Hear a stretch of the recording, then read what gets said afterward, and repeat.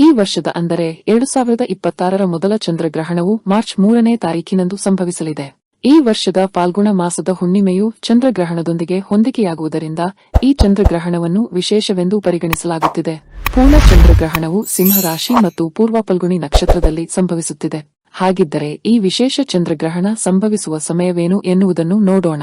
ಭಾರತದಲ್ಲಿ ಚಂದ್ರೋದಯಕ್ಕೂ ಮುನ್ನ ಅಂದರೆ ಮಧ್ಯಾಹ್ನ 3:19 ಆರಂಭವಾಗುತ್ತದೆ.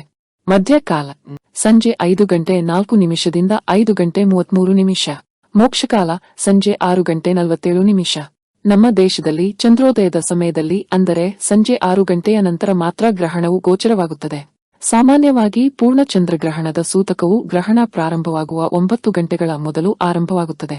ಆದ್ದರಿಂದ ಗ್ರಹಣದ ಸೂತಕ ಆರಂಭವಾದಾಗಿನಿಂದ ಗ್ರಹಣ ಮುಗಿಯುವವರೆಗೆ ಆಹಾರ ಸೇವನೆ ಮಾಡದೇ ಇರುವುದು ಒಳ್ಳೆಯದು.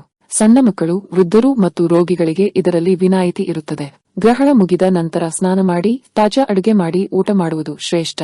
ಗ್ರಹಣದ ಸಮಯದಲ್ಲಿ ಹಾನಿಕಾರಕ ಕಿರಣಗಳ ಪ್ರಭಾವ ತಡೆಯಲು ಮನೆಯಲ್ಲಿರುವ ಆಹಾರ ಪದಾರ್ಥಗಳು ಅಂದರೆ ಹಾಲು, ಮೊಸರು, ಉಪ್ಪಿನಕಾಯಿ, ನೀರಿನಂತಹ ಪದಾರ್ಥಗಳ ಮೇಲೆ ಮತ್ತು ದೇವರ ಫೋಟೋಗಳ ಮೇಲೆ ದರ್ಬೆ ಇಡುವುದು ಹಿಂದೂಗಳು ಪಾಲಿಸಿಕೊಂಡು ಬಂದ ಸಂಪ್ರದಾಯವಾಗಿರುತ್ತದೆ.